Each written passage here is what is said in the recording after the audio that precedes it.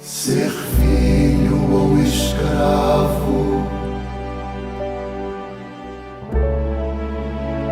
a escolha em minha mão.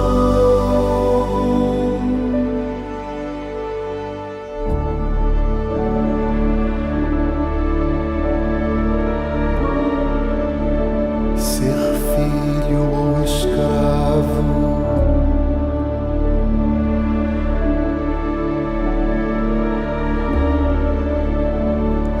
escolha em minha mão.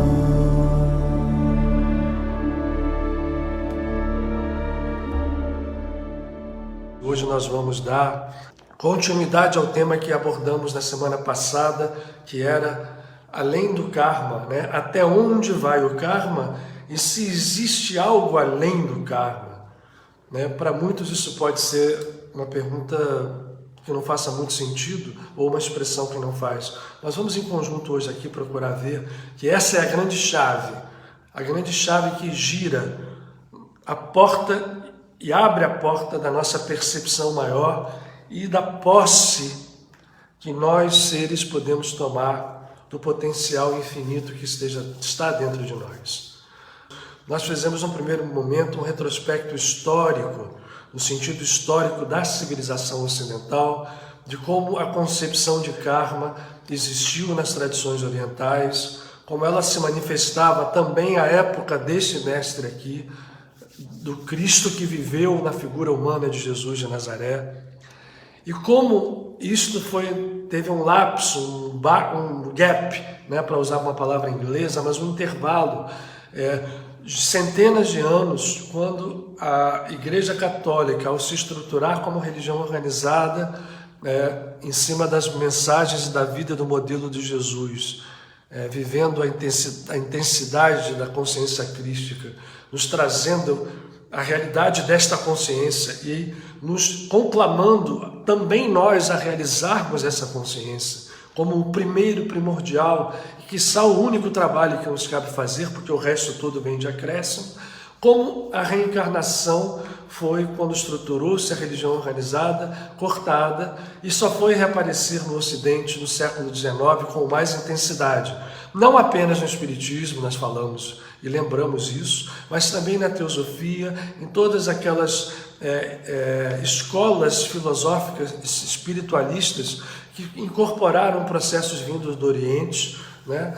A tradição védica veio, finalmente transbordou para o Ocidente, depois de estar muito tempo afastada, a tradição budista, a tradição da grande sabedoria dos egípcios, de Hermes, o Trimegisto. Falamos disso tudo aqui para mostrar que a reencarnação e a lei de causa e efeito, sem dúvida nenhuma, são leis que estão estabelecidas e funcionam, e são leis que governam o nosso estado humano consciencial. E quando ela sai de cena durante o domínio poderoso da Igreja Católica, e hoje ainda muita gente não crê, baseado em crenças religiosas, né? Sendo católico ou sendo evangélico, que exista a reencarnação, que exista esta lei de causa e efeito, manifestada usando a palavra sânscrita de karma, ou seja, o reflexo da ação como reação. O processo, ao ficar fora de quadro, vamos chamar assim, só voltar no século XIX, teve dois efeitos. O primeiro, que erroneamente o poder de fazer a pessoa chegar ao paraíso ou ao céu passou para a mão dos sacerdotes. E ali era o ego humano, né, que não compreendia a missão sagrada de ser um pontífice. E aí todas as estruturas que nós sabemos do ego entraram em função, e nós sabemos tudo o que aconteceu nas religiões organizadas. Muito bem. Quando chega no século XIX e que o espiritismo, né, e a gente fala do espiritismo que aqui no Brasil predomina muito, traz de volta o conceito reencarnatório, assim também a teosofia, assim também, né, a antroposofia e outras escolas tantas. Este processo, quando veio trazido de volta, ele ganha primeiro uma força assim como se fosse um alívio. Olha, temos aqui explicação para as aparentes incongruências, incongruências de por que sofre uma criança que já nasce com defeitos físicos, por que as pessoas sofrem injustiças. A lei de ação e reação do karma veio trazendo explicações. Qual foi o que nós queremos abordar aqui? Qual foi o passo sucessivo disto? Para aqueles que acreditam na lei do karma. Para aqueles que acreditando na lei do karma, em vidas sucessivas, em reencarnações sucessivas, que serviriam para que este karma fosse sendo esgotado, para que o rol das dívidas fosse, na verdade, pago com ações feitas em vida, 1, 2, 3 ou quantas fossem vidas necessárias. Esse processo ganhou uma força, e tudo que o ego humano faz tende a isso, viu, gente? A cristalização, no mau sentido dessa palavra, porque os cristais têm tudo menos o que nós chamamos de cristalização.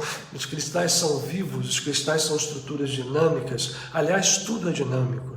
Se nós imaginarmos, aqui nós estamos vendo um mundo macro, mas se nós formos olhar para dentro de nós, existe uma dinâmica a partir do movimento do nosso coração, a partir do movimento das substâncias químicas que compõem o nosso corpo, só olhando o corpo físico, as moléculas, os átomos, as estruturas subatômicas, tudo é dinâmica, mas a tendência do ego é tornar cristalizado no mau sentido, e aí o karma, a lei da reencarnação, também se tornou algo que levou quase a um fatalismo, no sentido de que eu preciso, ao tomar consciência do meu status reencarnatório, do meu status evolutivo, entender que eu tenho um passado, isso para todos nós, que traz ali uma série de experiências que estão se refletindo em reações que nós vivemos hoje, vamos viver amanhã, passado muito distante, e que eu preciso fazer movimentos internos, amar, boas ações, estruturar a minha vida, para que este peso kármico vá sendo pago, ou quando acontecem eventos da nossa vida, que são eventos singulares, significa que aquilo são dívidas kármicas que estão sendo apresentadas a nós. Ora, isso não é mentira. É importante que a gente deixe isso muito claro. O fato que eu acabei de descrever é uma coisa real. Nós todos estamos submetidos a esta lei de ação e reação. Mas por que então nós estamos aqui sentados conversando num tema, pela segunda vez, para uma segunda-feira seguinte, dizendo até onde vai o karma e o que existe além do karma? Pode existir alguma coisa além do karma? Gente, esse é o nosso grande ponto de observação em conjunto, de aprendizado em conjunto e, quiçá, eu espero muito poder conseguir que seja um ponto de trabalho individual também em conjunto, porque mesmo a lei do karma, a gente sabe hoje, ela não se restringe a um karma individual. Nenhum de nós vive apenas o seu karma individual. Nós vivemos, nesta lei do karma, estruturas que estão vinculadas a nós apenas, mas esse nós apenas é uma bobagem, porque apenas nós estamos conectados a alguém, ou algum fato. A gente que está do nosso lado, familiares, isso vai crescendo organicamente. Então vemos que a mesma lei do karma é muito complexa. Ela não se expressa de uma forma linear. A própria lei do karma se expressa em muitas dimensões.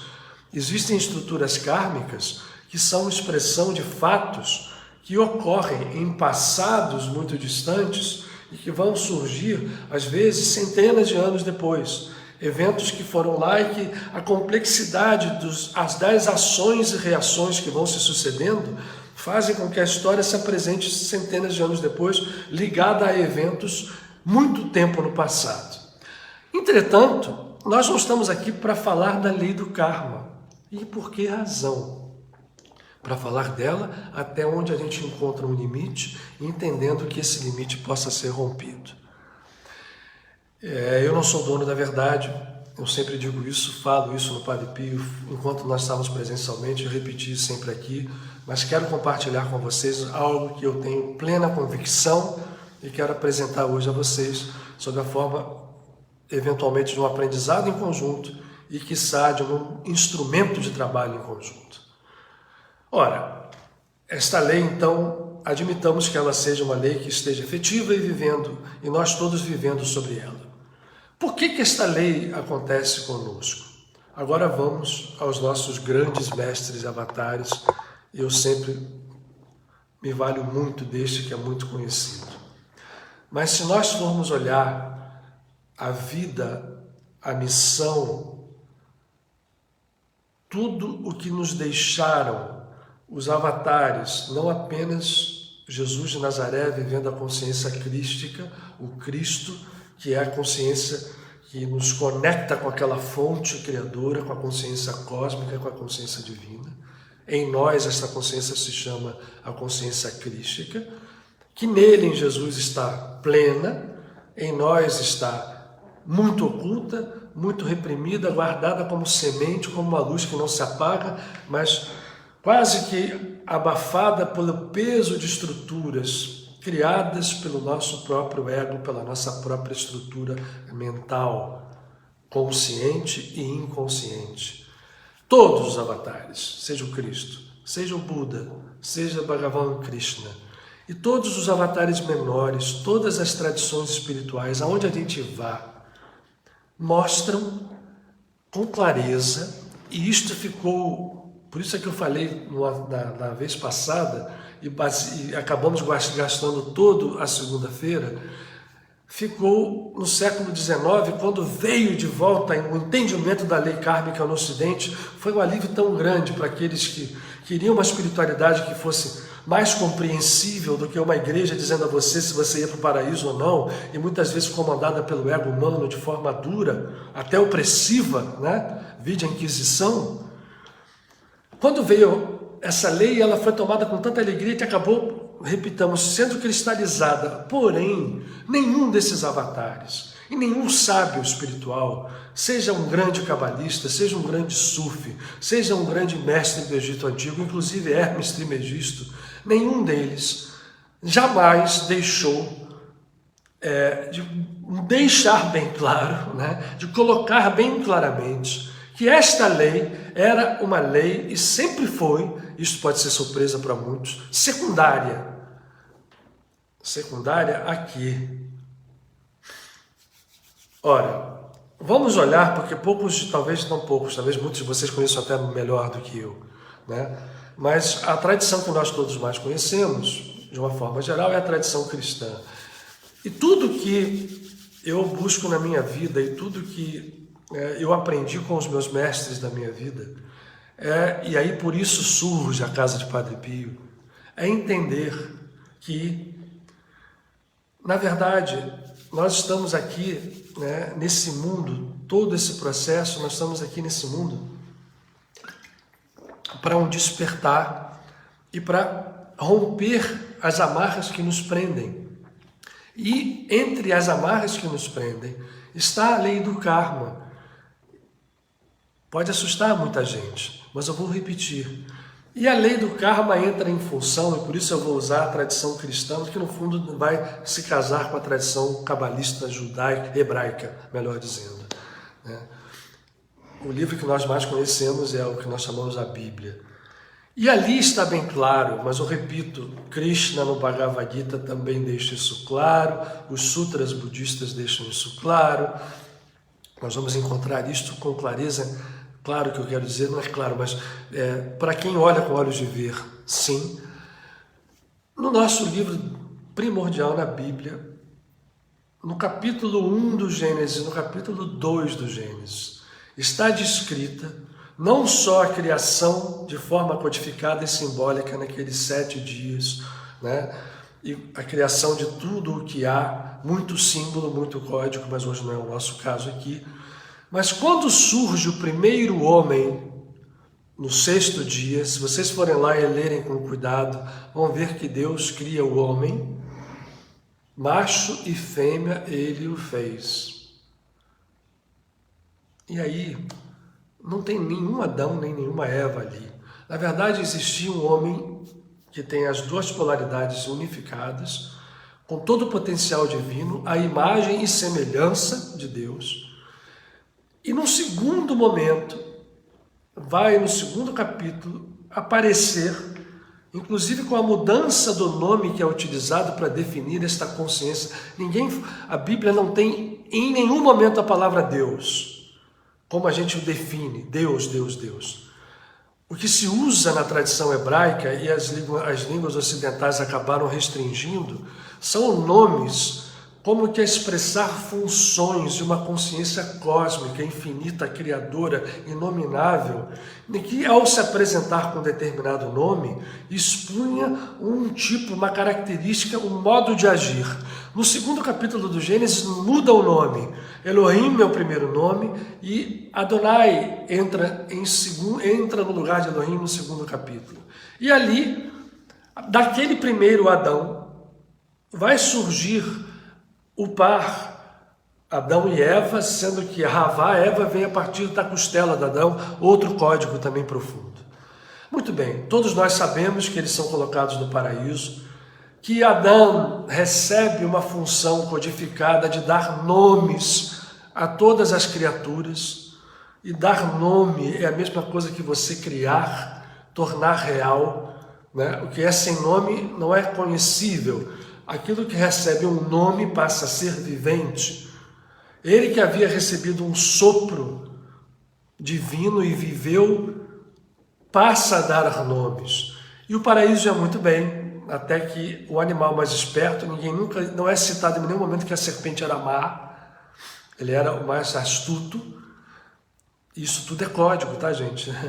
A serpente que se arrasta na terra, que a gente pode vincular à estrutura do nosso ego, que começa ali a ficar presa aos interesses, convence a que eles comam o fruto da árvore do conhecimento do bem e do mal. O que também já é uma coisa intrigante, porque comer uma árvore que te faz conhecer o bem e o mal, como é que você pode ser expulso se isso pode ser, se você conhece o bem, conhece o mal? Será que isso não é bom? Tem muito pano para manga e um dia eu vou fazer algo só sobre essa frase. Eu espero, talvez lá na casa de Padre Pio, permita a Deus pessoalmente. Porém, comer esse fruto fez com que eles fossem expulsos do paraíso, porque eles separaram o que era unido. Reparem bem, o ego humano não tem nada de ruim, como a serpente nunca foi chamada de má. O ego humano e dizem que a serpente andava, ela não se arrastava. Aliás, está lá escrito que depois que ela convence os dois a comerem o fruto, ela tem que andar de barriga na terra, se arrastando pela terra. E qual é o movimento quando uma serpente anda? Forma ondas, né? Ela vai, mas são ondas bonitas quando ela se arrasta. Você viu as pegadas de uma cobra, de uma serpente. Ora, o código, para a gente não entrar em coisas muito profundas, eu vejo nesse momento, se a gente transfere esta alegoria para o cosmos, e não apenas para o planeta Terra, a criação de Adão e Eva em níveis cósmicos mostra a criação do nosso próprio universo, onde predominam as ondas eletromagnéticas e outras ondas que fazem o movimento ondulatório, que são o berço, a gente já sabe, vou dar um salto agora para o século XIX e para o século XX, a partir da ciência do século XIX e do XX, que tudo são campos de ondas. Ora, dentro desta condição, a serpente que andava de pé passou a se arrastar e os dois tiveram que viver do fruto do seu trabalho. Repare bem, no paraíso é como se eles estivessem num processo em que eles não estavam vinculados aos frutos das suas ações. Aí eu vou me valer do Bhagavan Krishna no Gita, que diz que o ser, quando desperta, ele se desvincula dos frutos kármicos das suas ações. Mas nós sabemos em outras tradições védicas também, porque o Bhagavad Gita é apenas um pedacinho, né, de poema muito maior, que é o Mahabharata, fantástico, uma síntese perfeita, está tudo ali. Mas nós sabemos que a perfeição é prévia. É de que maneira prévia? Nós somos criados à imagem e semelhança, e por nossa própria decisão, isso está representado no arquétipo Adão e Eva, que aceita comer um fruto para que separe-se o bem e o mal, e a partir daí tem que trabalhar para produzir os seus próprios frutos e vai viver disto. E aí fica estabelecido, vai sofrer porque ele vai andar até que retorne em algum momento à sua natureza original. É esse momento em que a lei kármica entra em ação.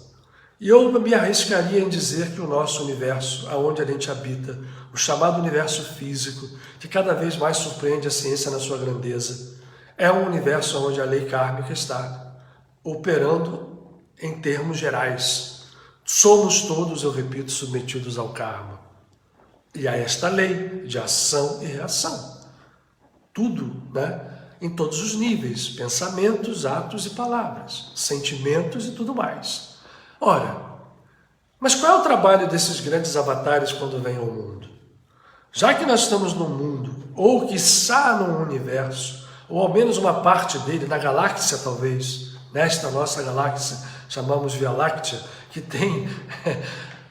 Existem ideias de 400 bilhões de estrelas numa pequena galáxia que, por sua vez, é uma entre outras 400 bilhões num universo conhecido, que cada vez se torna mais conhecido a nossa visão. Então, ao menos na nossa galáxia, este processo existe certamente em muitos planetas, entre eles aquele que nós estamos vivendo. O que esses avatares vêm nos mostrar? Olha, gente, ok, por uma escolha própria, eu quando falo escolha própria não é nem a 1.000, 2.000, 6.000, 7.000, 8.000, porque nós vamos falar sobre tempo daqui a pouco. Tudo a ver tempo com além do karma.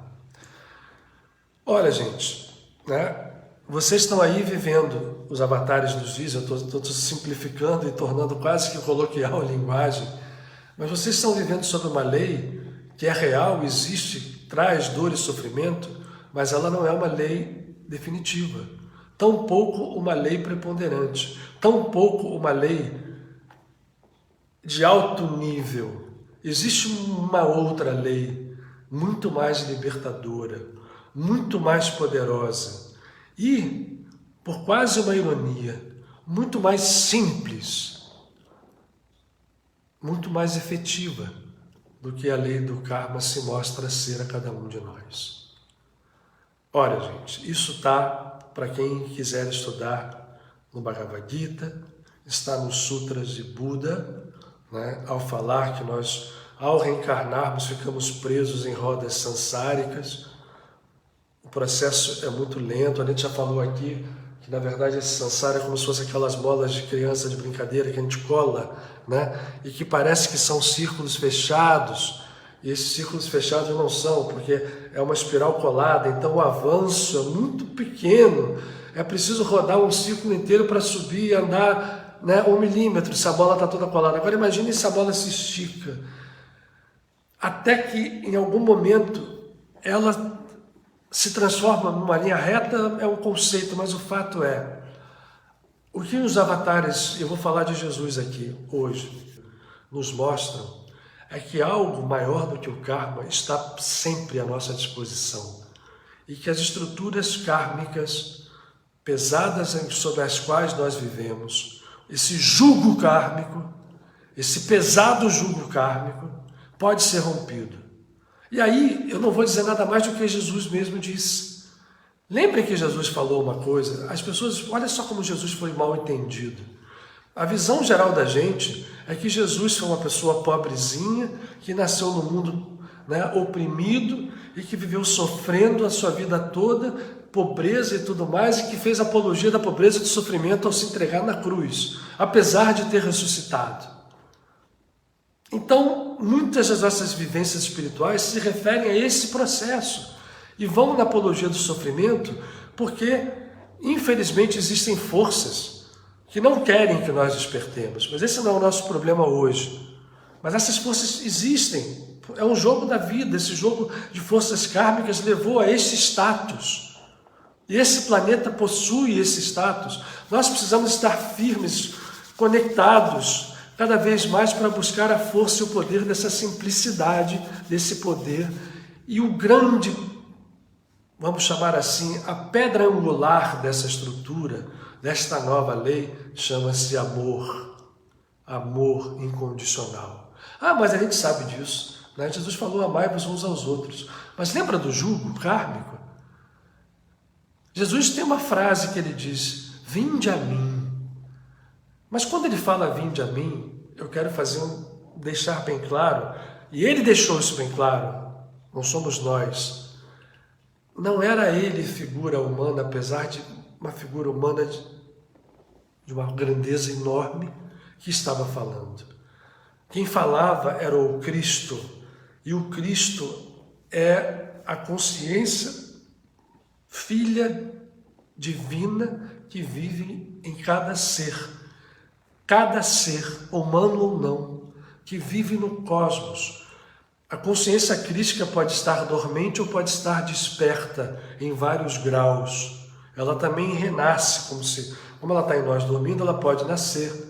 Por isso eu acho o símbolo do Natal maravilhoso. Aquele menino frágil na manjedoura, entre os animais, é a consciência que está nascendo ali, para tomar a grandeza. Jesus nunca foi, e ele dizia, vinde a mim, o Cristo, não Jesus, porque o meu jugo é leve. O que significa o jugo leve e suave? Se ele está dizendo que é jugo leve e suave, por que as pessoas acreditam que Jesus faz apologia de sofrimento e dor? Tem alguma coisa errada aí. Ora, que jugo suave é esse? É o jugo de uma outra lei. E a expressão e a pedra angular dessa outra lei chama-se amor. Ah, mas a gente volta aqui, todo mundo sabe que é amor? Não, a gente não sabe o que é amor. A gente tem noção desse conceito, mas o que a gente expressa como amor ainda está vinculado às estruturas egóicas que nós carregamos dentro de nós. E que, vejam bem, são estruturas divinas, porque o ego não pode ser demonizado, porque o ego é divino, ele distorceu o seu processo e fez com que as estruturas divinas dentro dele passassem a criar ídolos e ilusões, que se tornam realidades, que se tornam, por escolha, submetidas a esta lei de ação e reação. Mas por que isso? A gente sabe. Quem é que sabe? Como e por que a consciência cósmica infinita cria e por que ela cria? Não sabemos disso. Não somos donos da verdade e seremos eternos aprendizes. Isto é o que deve diferenciar, estou fazendo um parênteses aqui, isto é o que deve diferenciar o grande buscador espiritual. Jamais ser dono de verdade nenhuma. Porque aí é onde a ciência bate na religião. Porque a ciência diz que a religião tem aquela verdade fechada, e fala uma opção de bobagem, é tudo... Mas a espiritualidade é diferente. A verdadeira espiritualidade é o aprendiz que vai buscar sempre. Então não somos donos. Como é que a gente pode dizer? Mas o que a gente pode, neste momento, ver, sabendo que amanhã será sempre outra coisa, maior, mais ampla, mais profunda, se nós tivermos a humildade de buscar passo a passo, nós temos que entender que esse processo todo é divino. E se o ego cria essas ilusões, essas realidades, se o karma vem como lei, vieram ao nosso mundo esses avatares para dizer, pera lá, se essa lei ela é real, é dura e é efetiva, ela não precisa ser a única e pode ser perfeitamente transcendida. Pelo quê? Pelo amor verdadeiro, pelo amor real, pelo amor incondicional, pelo amor não egóico, porque o amor egóico se torna, a gente sabe disso tudo, se torna posse, se torna muitas vezes ódio, que é a outra face contra a violência. Em nome de amor? Que amor é esse? Se nós entendemos o conceito do amor, chegou a hora de nós começarmos a vivenciar o amor na sua plenitude e na infinitude das suas faces, que ao mesmo tempo compõe uma unidade indescritível, no entanto alcançável, e só há uma forma de alcançá-la, gente. Porque se a gente está falando aqui da consciência infinita, que é inominável, que é inalcançável, que é indescritível, dentro de nós, a semente dela, a chama desta consciência está. E por isto todo o nosso processo de divinização passa por mergulhos internos, por trabalhos internos, porque nós todos temos trabalhos a fazer. Desestruturar as estruturas do ego. É como se tivesse uma coisa tão enrolada, a gente tivesse que desfazer aqueles nós vibratórios, né? Que estão aquilo refletindo o nosso caminho evolutivo, refletindo o nosso passado. Esses nós vibratórios são estruturas vivas dentro de nós. Tanto que quando a gente faz regressão, a gente chega a vidas passadas, e isso está conectado a outras pessoas que viveram isso conosco, a outras estruturas, a outra situação. E isso reflete-se como lei de ação e reação, como karma. Mas no momento em que uma criatura desperta, aí é que está o ponto. Ele despertou o amor e tal, mas ainda tem o karma para pagar. Afinal de contas, são milhares de anos, são milhões de anos, sei lá, milhares de encarnações que ele tem nas costas. É preciso que ele reencarne tantas vezes, é preciso que o tempo faça o seu trabalho. Lembrando só um pouco de Jesus, falei do jugo suave e do jugo leve. Jesus estabeleceu uma coisa que, num primeiro momento, vai contra a lei do karma, que é a possibilidade de perdão de pecados. Se a lei da ação e reação é matemática, ela existe, e a gente vai entrando nela e vai deixando ela se cristalizar, o perdão fica meio esquisito. Eu perdoei, mas ainda assim tem que pagar o karma. Não, melhorou, perdoou, está ok, melhorou a sua condição, mas o karma está ali. Eu preciso pagar o que eu devo. Mas Jesus não disse isso. Ele foi categórico. Em relação ao perdão, é algo que, quando feito de um movimento profundo, limpa, inclusive, karmas. Não é despropositado, mas também não é tema para nós hoje. Eu quero hoje basear numa coisa aqui, usando um fato, usando conceitos científicos, sem exagerar muito. Não é desproposital, quando a gente olha assim, que aquele movimento sagrado dele entregando o ego da figura humana que ele incorporou na nossa terceira dimensão planetária, na superfície terrestre, não é desproposital que aquele movimento sacrificial ainda hoje tenha aberto um portal de amor incondicional, de transcendência desta lei kármica. Quando alguém se conecta a esse portal, e como é que a gente se conecta a esse portal? Identificando a nossa natureza crística com a natureza crística deste ser. Isto vale para ele e vale para qualquer avatar, tá? É importante que deixe claro isto. Quando a gente faz essa identificação, é como se a natureza crística de um ser já desperto nos puxasse. E por isso não é desproposital a gente dizer que Jesus é um salvador. Mas não é um salvador superficial que dá um estalo de dedo e foi lá na cruz e pagou os nossos pecados. Não, isso é ilusão. Para quem acredita nisso de forma, então pagou, sofreu por mim, eu não tenho mais nada, estou livre. É um mau entendimento das Escrituras, ao meu ver. Agora, quando a gente entende que esse sacrifício sagrado foi feito num movimento em que está disponibilizando, nesse exato momento agora, um canal, um portal, que quando eu faço movimentos reais dentro de mim, de amor, de perdão, por isso é que ele fala o tempo inteiro. Quando você for orar, que orar é uma energia sagrada que nós temos dentro de nós, é um canal de conexão permanente, ele está muitas vezes fechado, obliterado, com a natureza divina. Por isso não faz sentido dizer que orar é bom, mas eu tenho que agir. Nós somos um ser integral. Eu tenho que orar e tenho que agir. Se eu não oro, se eu não medito, eu não vou agir nunca bem.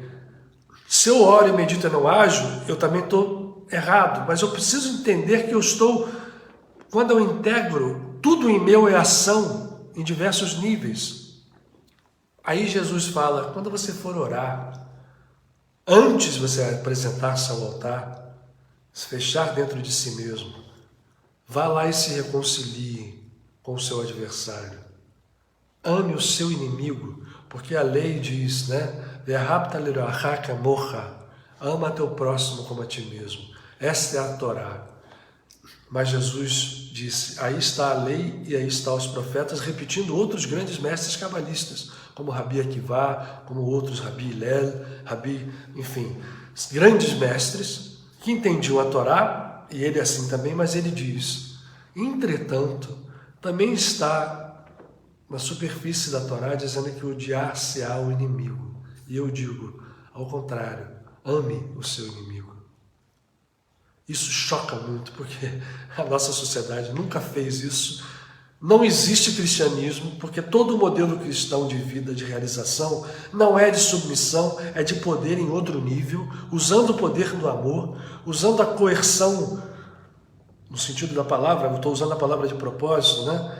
A coerção sagrada que o amor faz nos movimentos, porque o amor é a porta que nos leva à transcendência da lei kármica. Mas é possível isso? Claro que é possível, vou repetir porque eu falei isso na outra vez também. Porque se a gente acredita que o Mestre de Nazaré trouxe uma mensagem real, válida, possível de ser utilizada, não para a gente se chamar cristão superficialmente e fazer ao contrário de tudo que ele viveu, né? Começando pela mentira do Pai Nosso, eu sempre brinco, né? Perdoai as minhas ofensas ou as minhas dívidas, assim como eu perdoo aos meus devedores ou ofensores. Quem é que faz isso? E a gente reza essa oração todos os dias. Vejam como o nosso ego está iludido nesse processo. Veja como nós navegamos em superfícies da vida e quando a gente aprofunda, a gente faz voltando, até nos confundindo mais. Pois o processo, ele é mais simples do que ele parece. E aí eu vou falar de algo que talvez até choque um pouco, mas é importante que a gente fale isso. Porque há 500 anos atrás, gente, as pessoas achavam que o Sol girava em torno da Terra.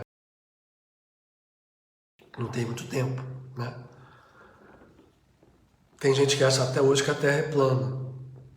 Então, esses conceitos não são. Hoje, a mecânica quântica, ela é tão revolucionária, tão mal compreendida, inclusive por espiritualistas que às vezes se valem de conceitos de uma forma quase que leviana e acabam se desacreditando na frente de cientistas que às vezes querem buscar a espiritualidade. Hoje, a mecânica quântica levou a tantos avanços e tantos paradoxos que a própria ciência coloca ela de lado nas suas prováveis repercussões filosóficas e no sentido de compreensão do universo que a gente vive. E deixa ela ser usada só na tecnologia, né? E tudo hoje, praticamente, na tecnologia se vale dos conceitos que vieram à tona com a mecânica quântica que apareceu depois da teoria de Einstein. Só que, da década de 80, 90 para cá, dos anos 2000, foi surgindo um conceito curioso que eu, volto a dizer, não sou dono da verdade, mas quero compartilhar com vocês porque sou convicto disso agora, que deixou muito claro e compreensível aquilo que os grandes avatares, e eu me fixo um pouco mais hoje na figura de Jesus de Nazaré,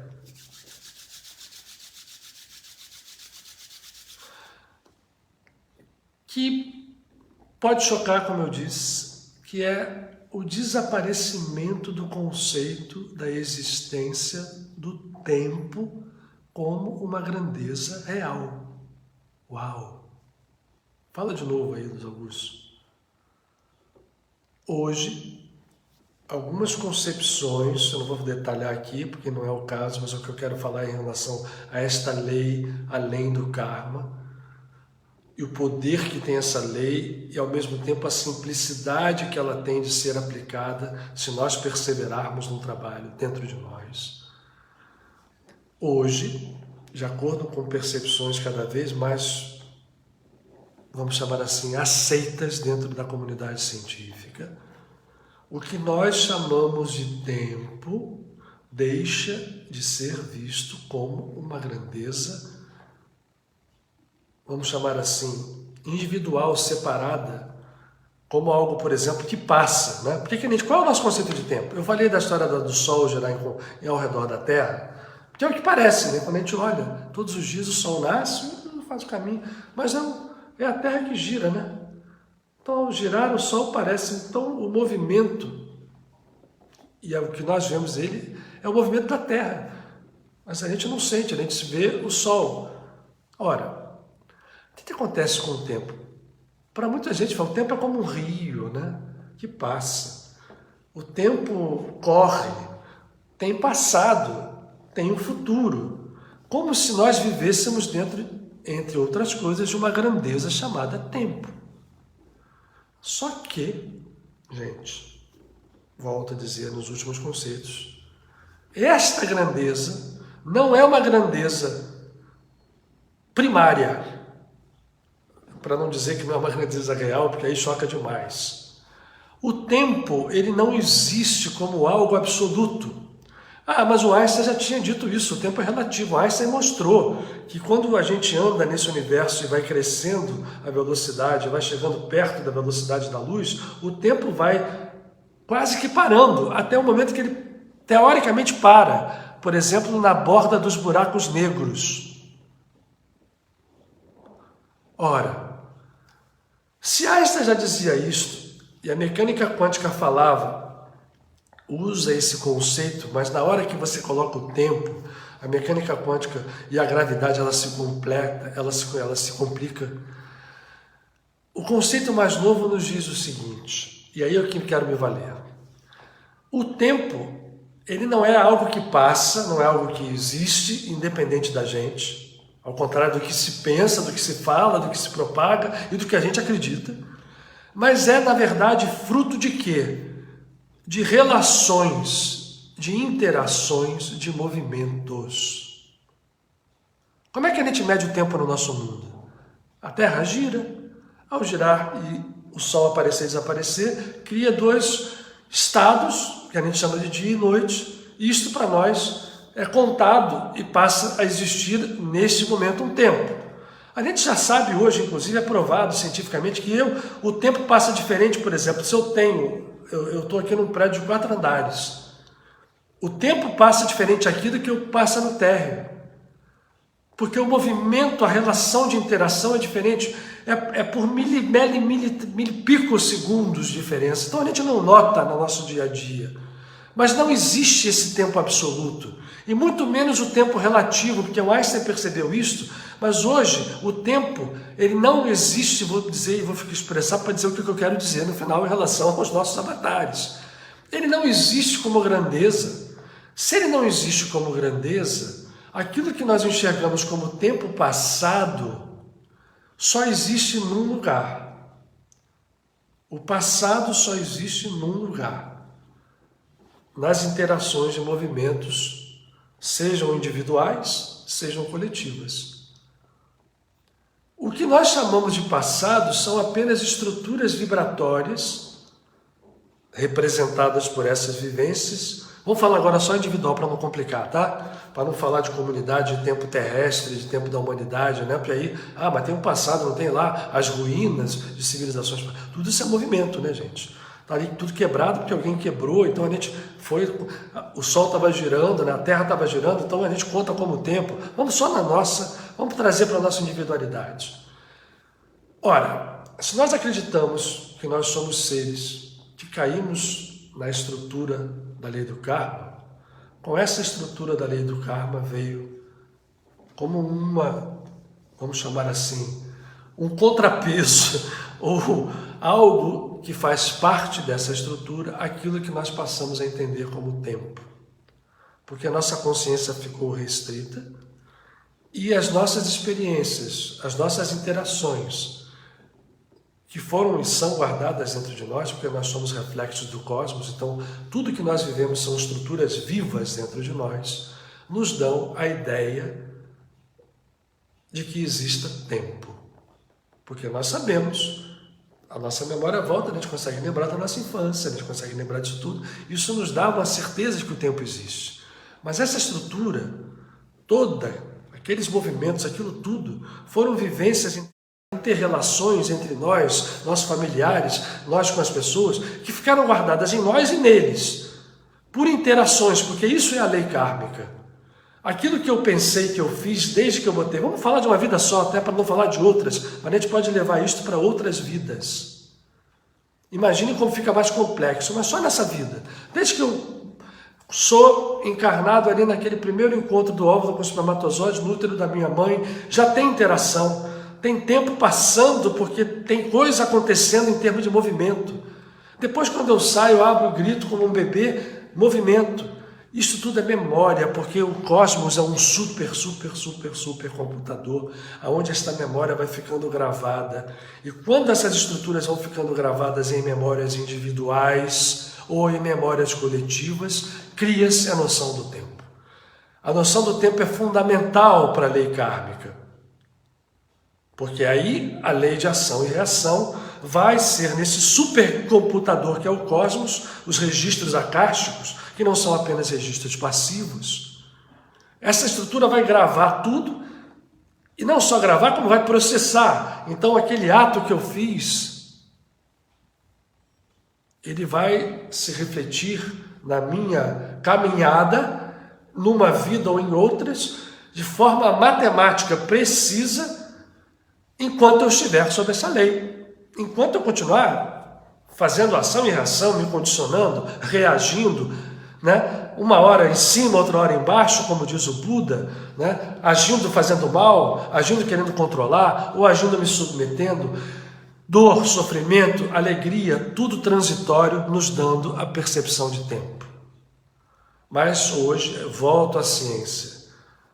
A mesma ciência que fala, né, da mecânica quântica como algo que surpreendeu o mundo e que mostra que a matéria não existe, nos diz, eu estou repetindo isso para vocês, o tempo está retirado das equações matemáticas, porque ele não é uma grandeza definível como nós a definíamos. Ele só existe, vou repetir, então não existe tempo, porque... Não, ele existe fruto das relações, né? Como é que eu conto o tempo? O relógio dá voltas, ou o cristal do quartzo pulsa.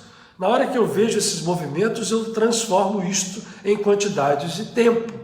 Mas ele só vai fazer sentido quando a memória existe dentro de nós e as interações dessas energias que compõem as nossas memórias criam as nossas caminhadas kármicas. Só que os avatares chegam e vêm dizer assim: saiam dessa prisão, saiam da prisão do tempo e do espaço, que faz com que vocês fiquem repetindo. Aí entra o tempo, milhares de anos, uma coisa vão acumulando, lembranças vão acumulando, mas isso não é só passivo, essa estrutura está ali viva, está reagindo dentro da gente, no nosso inconsciente principalmente, porque eu já falei aqui que o inconsciente é o grande motor da nossa vida. A nossa vida consciente é aqui, ó, é uma pontinha do que o nosso inconsciente faz. Todo ele carregado dessas memórias. Ora, vem lá os avatares e diz: olha, vamos sair disso, sabe como? Se você começar a perdoar, se você começar a procurar o amor efetivo, se você olhar o seu inimigo não mais como inimigo que você tem que atacar, mas como alguém que tem uma natureza divina como você, e portanto você pode direcionar. Olha como não é simples, mas não é fácil. Principalmente para nós, arraigados dentro dessa estrutura que nos condiciona. Individualmente, familiarmente, societariamente, a humanidade inteira. A ação eu vou reagir, me vingo, e aí fica aquela ida e volta da roda. Quando eu rompo isso com a força do amor, do perdão, da gratidão, do entendimento, da consciência, e os caminhos para isso são: como é que eu aprendo a amar? Tem que ter exercício para isso. Eu tenho que meditar para amar. Eu tenho que meditar para sair desse campo. Porque, voltando a Jesus, Jesus falou com toda clareza: se você não fizer isso, se você não se reconcilia com o seu adversário antes de orar no altar, a sua oração primeiro já não é mais a oração que deveria ser. Porque quando você perdoa, a oração, a tua meditação, quando você ama, a sua oração e a sua meditação vão ganhando força, vão ganhando movimento, vão ganhando velocidade, vão ganhando energia, vão ganhando novos níveis vibratórios, e isso transcende o tempo, porque o tempo, lembrem-se do Einstein, isso é real, quando eu acelero a minha velocidade e a minha vibração, o tempo vai deixando de existir. Ora, quando eu começo a amar, quando eu começo a perdoar, eu estou acelerando a minha vibração, e ao deixar de existir o tempo, tudo aquilo que eu achava que era tempo, que é meu passado, que é meu karma, começa a ficar balançando. Vocês já viram os seus iPhones, quando vocês querem pegar um programa, que vocês querem apagar o programa, a gente toca na tela, ela fica vibrando ali, se você bobear, você apaga tudo. Essa é uma analogia meio pequenininha, mas é assim. Jesus disse, olha, vai lá, prepara o teu coração, vai aprendendo, porque é preciso aprender, é preciso se entregar ao divino todos os dias, é preciso olhar com os olhos divinos, é preciso enxergar não o argueiro do olho do seu irmão enquanto você tem uma trave no seu. E a partir disso a sua oração vai ficando mais forte. E aí, o Pai Celestial, que jamais nega a um filho que pede um pão, passa realmente a te dar pão. Porque se você não faz isso, o seu pedido nem chega na tua consciência divina. Porque o Pai Celestial, quando a gente fala, começa dentro de nós, com a presença, os pés de lótus. Por isso é que se fala, são os pés de lótus do Guru. Os pés de lótus são um símbolo, um código da presença do Pai Celestial, que nós precisamos fazer ao reverenciar esses pés, para poder ascender dentro do nosso organismo cósmico. Ora, quando Jesus diz isso, volto a ele, ele vai dizer, e se você não faz isso? Porque aí você vai deixar de perdoar, vai orar e a sua oração não vai funcionar, vai vir o oficial de justiça, o meirinho, vai te levar para a prisão e você só sai dali quando pagar o último ceitil. Qual é o código dessa história? O oficial de justiça são as estruturas kármicas. Não tem um cara para te punir, não tem aquele. É você mesmo que criou, nós mesmos que criamos essa lei. E Jesus diz, se você não entende isso, você vai continuar fazendo coisas que não deve, não amando, não perdoando, não entendendo. Ok, a vida vai ficar em ondas mesmo. Você vai ficar em altos e baixos.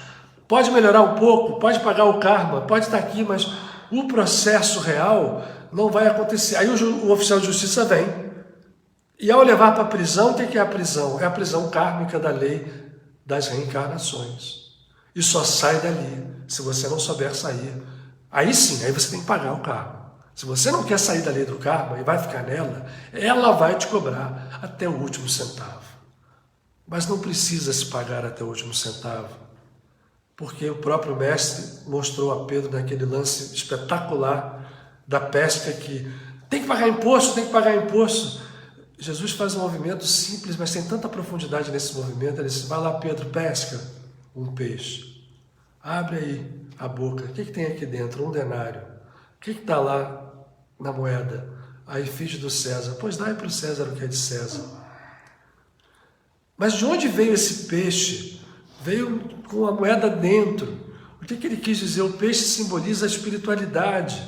Quando a gente entra no processo do amor, aquela esteira, muitas vezes terrível, de processos reencarnatórios, vai se dissolvendo numa velocidade absurda.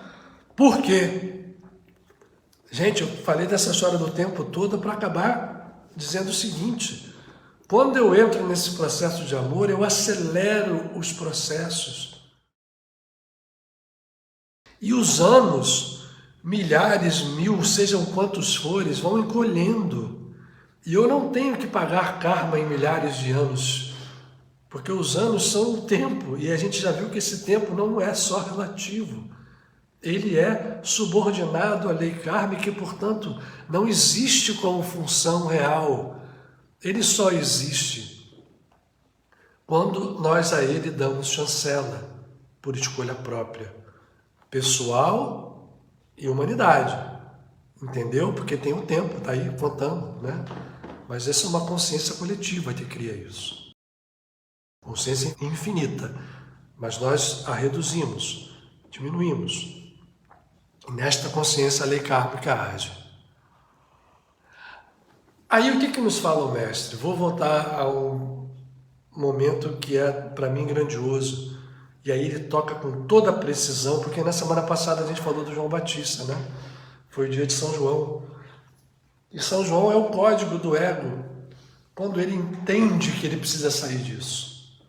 E aí a gente tem que começar a mergulhar na água de uma forma efetiva, fazer valer a reencarnação. E ele diz, eu vou batizar vocês com água, mas aprendam, né, a serem compassivos com seu irmão, quem tem 2 túnicas de vida com quem não tem, falando as coisas que nós devemos fazer no nível da lei kármica. Quando chega Jesus, João, eu não posso te batizar, mas você tem que batizar. Faz o que você tem que fazer. Jesus representa o ego se cristificando? Não. Este é João. Jesus é o ego crístico, que se funde ao Cristo, se torna o Cristo. E ele precisa vir ao mundo. Por isso João mergulha Jesus e batiza. E aí, naquele momento, sempre símbolo, hein, gente? Que um Cristo se faz pleno em nós, o batismo como água, o mergulho na carne, deixa de ser necessário. E Jesus passa a batizar com o fogo. Esse fogo é vinculado à natureza do Espírito, ao ar e ao fogo. O Espírito é vinculado a esses 2 movimentos. E aos 2 estão subordinadas, a água e a terra. E João diz, eu batizava com água, agora vem quem batiza com fogo. É importante que ele cresça e que eu diminua. É importante que o ego, como nós o entendemos nas naturezas humanas diversas, diminua e que cresça o Cristo. E aí, a passagem que eu me referi, e volto a ela agora, é quando ele conversa com Nicodemos, um dos grandes mestres do Sanedrim, do Sinédrio. Ele fala ao Nicodemos, que vem a ele à noite perguntar, como é que eu faço para poder ver a salvação, a natureza divina? Como eu faço? Mestre, Rabi.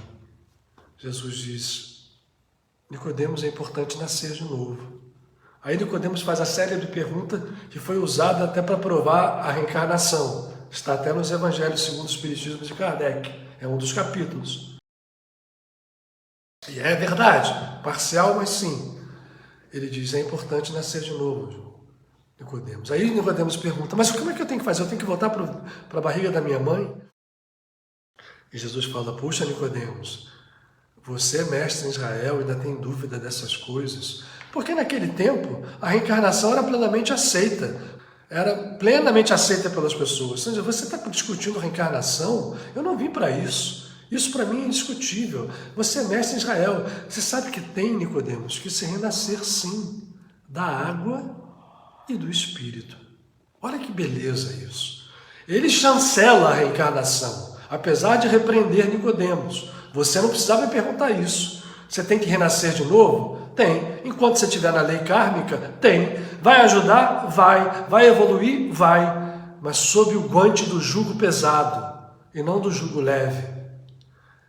E renascer da água e do Espírito, Nicodemos, é uma coisa muito diferente. Sabe por quê? Aquele que renasce da água, eu sei de onde vai, de onde vem e para onde vai. O que é isso? Tempo. Se eu venho de algum lugar, eu vou para algum lugar, passou o tempo. E Jesus diz, esta lei da água, enquanto ela for necessária, ela é válida. Mas eu estou interessado em outra lei. Eu vim aqui para falar de um outro renascimento, o renascimento do Espírito. E o Espírito é como a brisa. Ninguém sabe de onde vem nem para onde vai. Isso é uma poesia maravilhosa que quer dizer o seguinte, não existe a inter-relação de causa e efeito nos movimentos. Não tem tempo, porque o Espírito se movimenta além do tempo, além do karma. E esta lei é uma lei mais poderosa. E aquele que é nascido da carne é nascido da carne, e o que é nascido do Espírito é nascido do Espírito. A Igreja Católica transforma isso no batismo, né? Mas o nosso renascimento, o que o Cristo em Jesus propõe, e o que o Cristo em nós quer e anseia, é esse renascimento do Espírito. Aonde o karma passa, então, a se transformar em algo que vai perdendo força, o tempo vai desaparecendo, o passado pode, então, portanto, ser vejam bem o que eu vou dizer, vibratoriamente mudado. Eu posso entrar nas estruturas do passado e transformá-las porque eu estou amando, eu estou crescendo na minha consciência, eu estou despertando, e some a estrutura do tempo e nós passamos a ser senhores do tempo. E este é o momento em que alguém desperta, se transforma num Jiva Mukta, alguém que transcende as leis reencarnatórias, como dizia Paramahansa Yogananda, pela Kriya Yoga, eu queimo, como um avião queima velocidades, eu queimo karma. Há um momento, inclusive, que eu não tenho necessidade mais de velocidade, mas é preciso que a gente saiba fazer. Saber fazer é saber entender o amor verdadeiro, a compaixão verdadeira, como diz o Buda, que é fazer o amor se transformar em empático, em estar com o outro, entendendo que o outro e nós somos um. E tudo é um, apesar da infinitude das multiplicidades. Eu termino por hoje deixando com vocês a proposta que vocês possam pensar, meditar sobre isso. Se não vale a pena a gente investir mais no entendimento da realidade de um amor, no sentido de um amor transformador, que age por si só. E é claro, à medida em que ele se implanta de verdade no nosso ser, ele vai agir em todos os níveis. Eu vou calar a minha língua, vou deixar de falar mal, de julgar as pessoas, eu vou deixar o meu coração olhando cada vez com olhos em que eu faço discernimentos na vida, mas não condeno, porque nenhum de nós domina as situações até a sua raiz, para poder saber e condenar. E a gente entender a força desse jugo suave,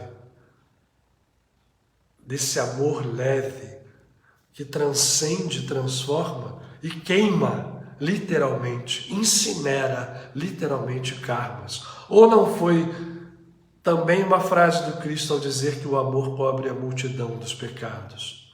Se a lei do karma fosse tão fatal como disse, o amor não cobriria a multidão dos pecados.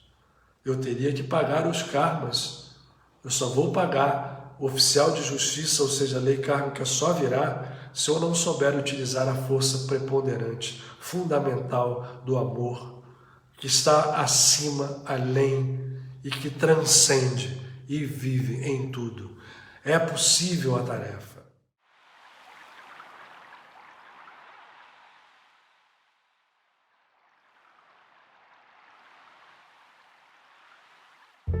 Eu peço que nesse momento nós todos possamos estar protegidos, amparados e unidos para o nosso movimento final. Primeiro também, novamente, a gratidão, sentindo a presença desses amigos.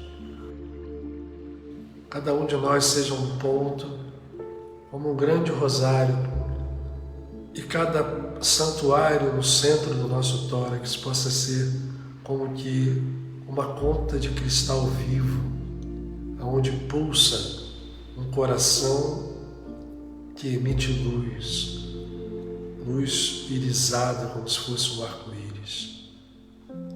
Essa luz irisada está sempre ali, sempre esteve, é uma chama sagrada.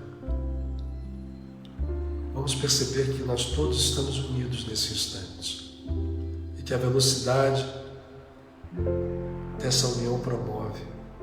É a força que nós vamos aqui despertar, compartilhar e emitir.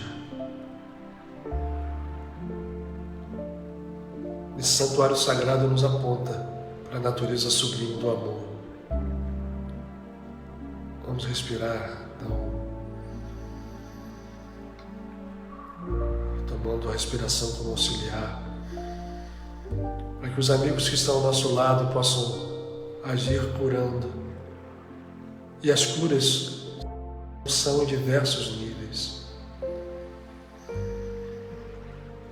Vamos perceber a unidade desse processo e como todos vibrando.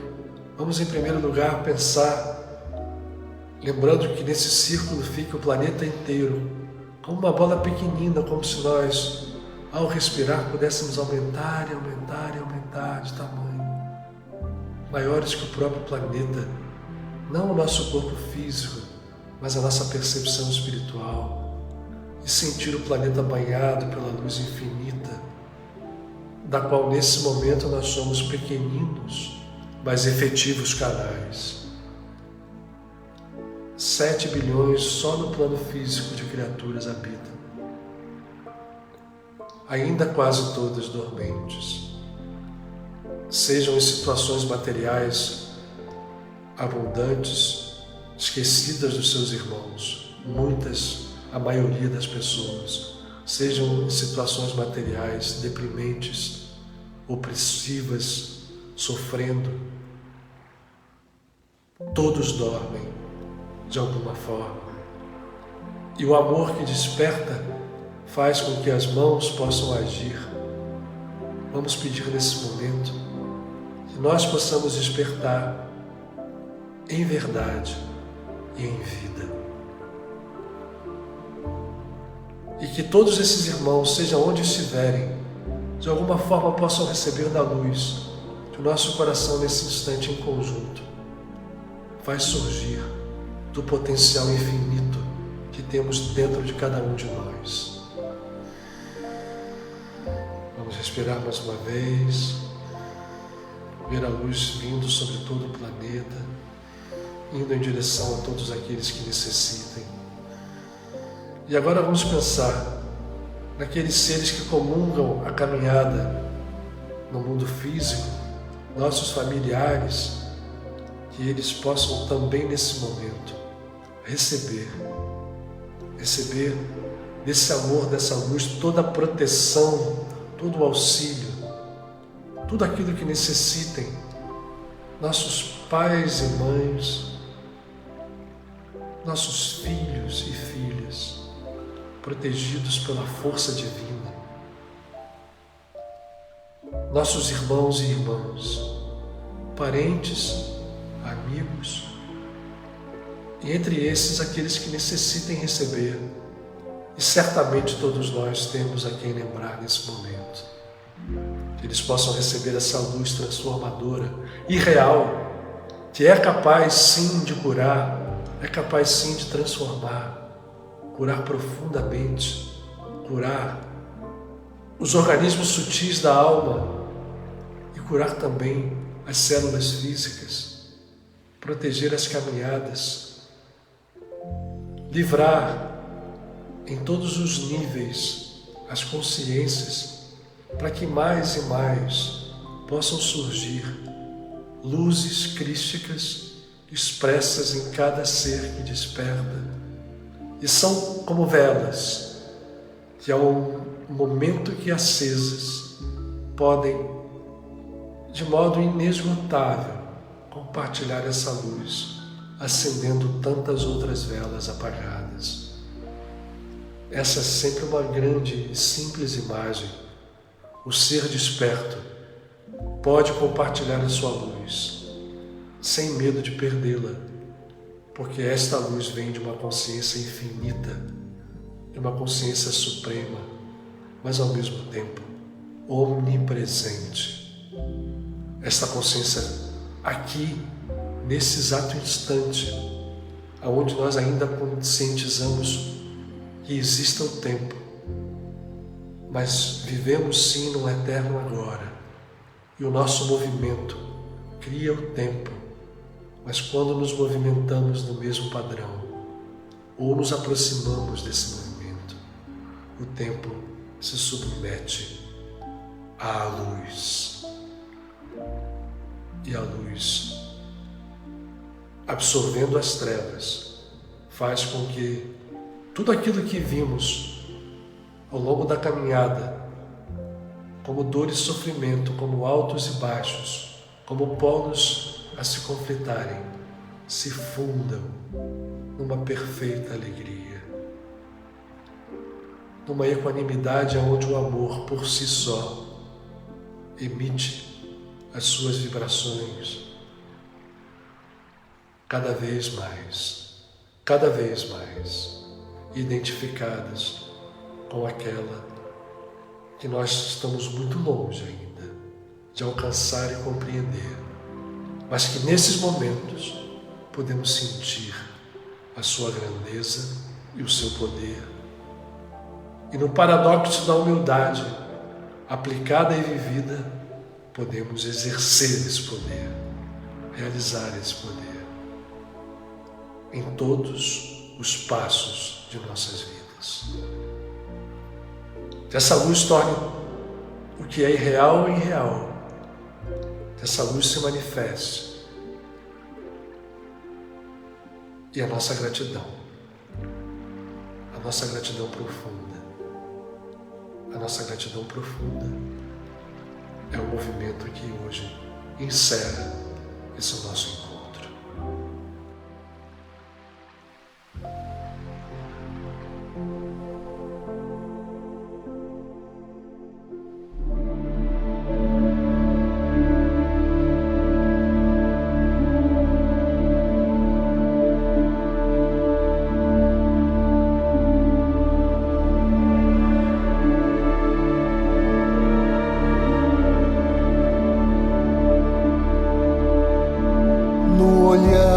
Do Cristo em mim, todo ser é meu igual.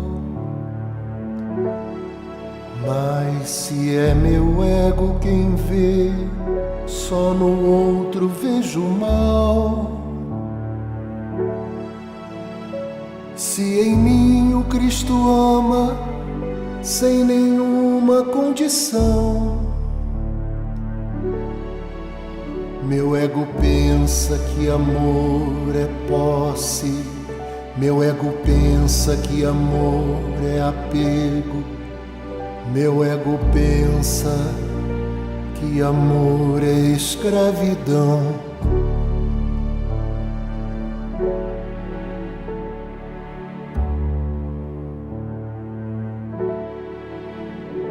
Sou filho de Deus, Criador, criatura sem fim,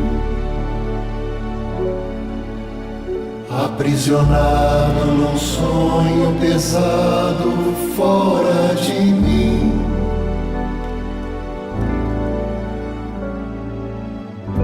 Como posso perdoar e ao mesmo tempo condenar?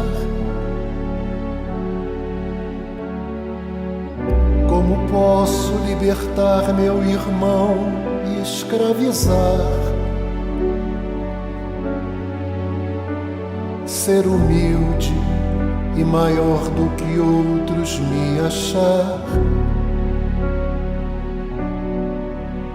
Eu preciso perdoar a mim mesmo pro mundo mudar.